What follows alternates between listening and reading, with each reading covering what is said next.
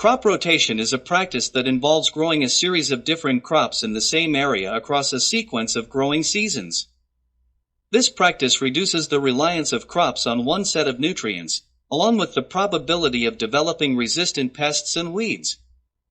There are many crop rotation plans, but the 4-bed crop rotation plan is one of the most popular.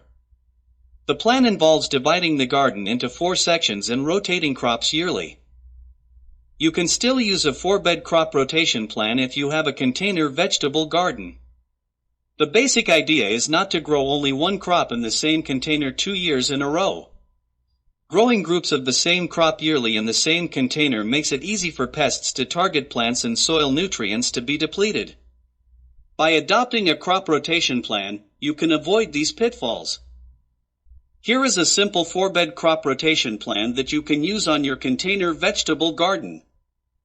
Container 1, leafy vegetables such as lettuce, spinach, and kale require a lot of nitrogen. Container 2, legume vegetables such as beans and peas require a lot of phosphorus.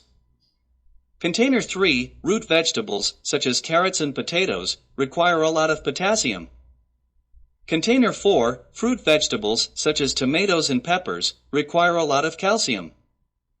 After each growing season, the vegetables are rotated in this order. Leaf vegetables replace legume vegetables.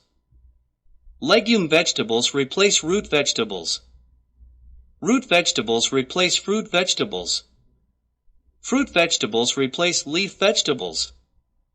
This plan is perfect for a small space gardener. Every year, the plants grown in each given container are changed so that each group can have the advantage of new soil. Most crop rotation plans run for 3 or 4 years. This is how long it takes for most diseases and soil-borne pests to decline to harmless levels.